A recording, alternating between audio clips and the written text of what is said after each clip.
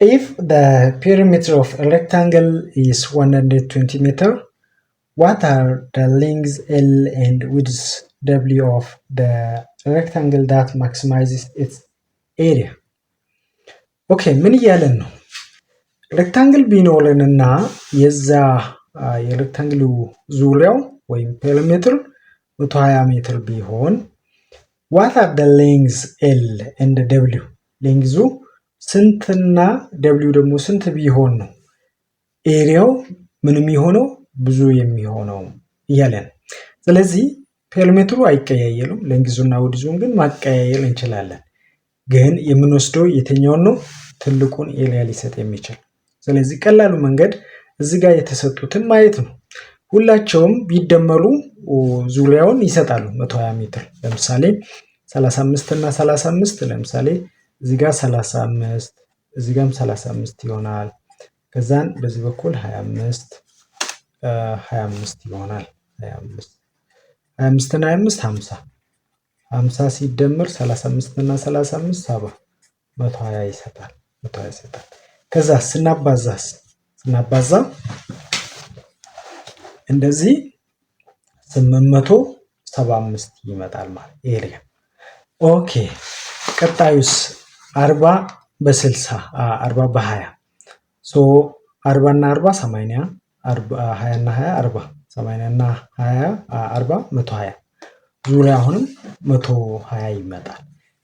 ኦኬ ኤሪያውስ 40 ሲባዛ 20 800 እናገኛለን ማለት ሶ ከዚህኛው የቀነሰ። እሺ ሌላው ሲ ላይ 50 እና 10 50 እና 10 ስንት እናገኛለን? 50 ሲባዛ 10 500 እናገኛለን ማለት ነው። 500 እናገኛለን።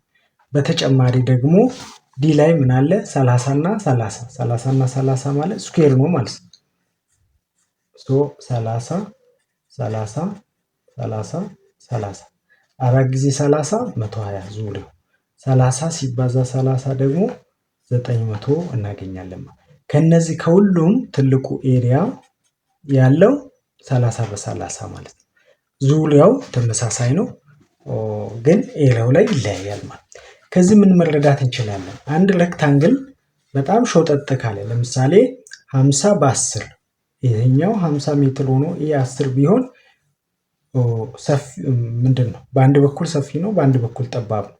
ግን ኤሪያ ላይ ከሁሉም ያነሰ እሱ ነው ማለት ነው። ስፋቱ ላይ ያነሰ ይሄ ነው።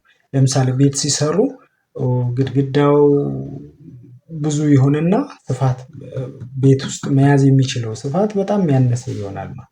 ስለዚህ ሞር ማጥበብ ይኖርባቸዋል ማለት። በዚህና በዚህ ጋር ያለው ተመሳሳይ ዳይሜንሽን ከሆነ ስኩዌር ከሆነ ብዙ ኤሪያ ይኖረናል ማለት። ኤሪያው ይጨምራል።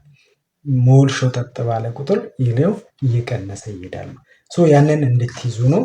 ስለዚህ መልሳችን የትኛው ይሆናል? ዲ ይሆናል ማለት ነው። ዲ ላይ ያለው መልስ ይሆናል። ጥያቄ፣ ሀሳብም ማስተያየት ካላችሁ አስቀምጡ። አዲስ ከሆናችሁ ደግሞ ቤቱን ሰብስክራይብ በማድረግ ቤተሰብ ሁኑ። ቴንክ ዩ